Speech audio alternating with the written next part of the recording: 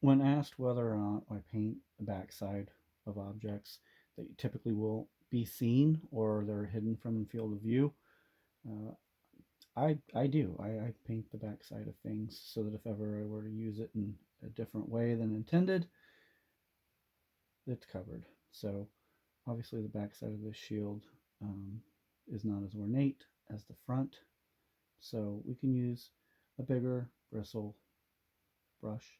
When I say bigger bristle, I mean just bigger, more bristles, wider. Um, the one in my hand is it says 8. So if you go by numbers, and if that's helpful, great. If not, that's okay too. Um, but yeah, so just going in, letting the you know consistency of the paint work for us in all these little areas. And again, if you get a little bit of paint on an area that you didn't intend for it, that's okay. It's not going to be the end of the world because you're going to go back over it. And I didn't say this in one of my other videos, but when you use thin layers, that thin layer of paint doesn't create an issue for you to paint over top of.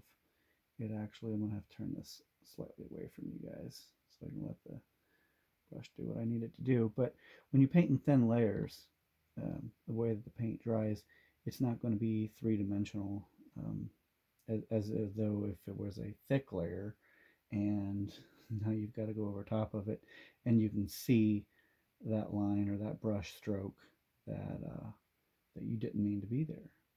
So you also see that after I get paint on all the surfaces, I try to make it one nice even stroke where possible.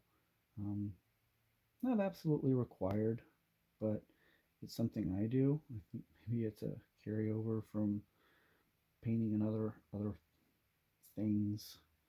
Um, but again, if you're keeping that wet edge, everything's going to hold and flow together really nice for you. Um, Again, I'm going to have another coat that I need to put on this before I call it done. Actually, I want to get that handle. I'll just put it all black because it's thin enough, and that way I quit dancing around it. Um, Again, there are other ways that folks paint and methods. This is mine, and I'm just getting in there, letting the